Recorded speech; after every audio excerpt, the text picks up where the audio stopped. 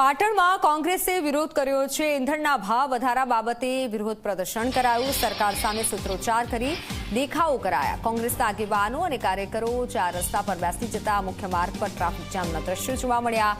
પોલીસે 20થી વધુ લોકોની અટકાયત કરી છે। પોલીસે રસ્તો વાહનો માટે ખુલ્લો કરાવ્યો છે।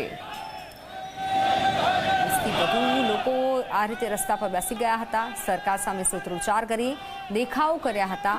ઈંધણના ભાવ વધારા બાબતે વિરોધ કરાયો છે।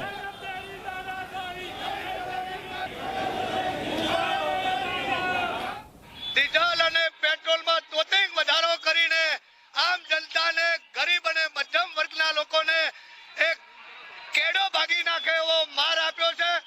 આ મોંઘવારી જો અંકુશમાં નહીં લાવે તો આવનારા સમયમાં કોંગ્રેસ પાર્ટી એ રસ્તા ઉપર ઉતરી અને આ મોંઘવારીને અંકુશમાં લાવવાનો પ્રયોગ કરશે।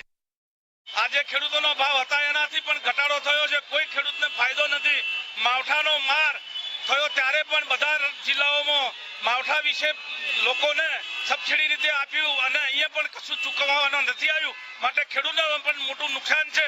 તો ખેડૂતોને પણ સારું વળતર મળે એ માટે અમે વાત કરીએ। ખેડૂતોના પણ સહકાર માટે આંદોલન કરી રહ્યા છીએ।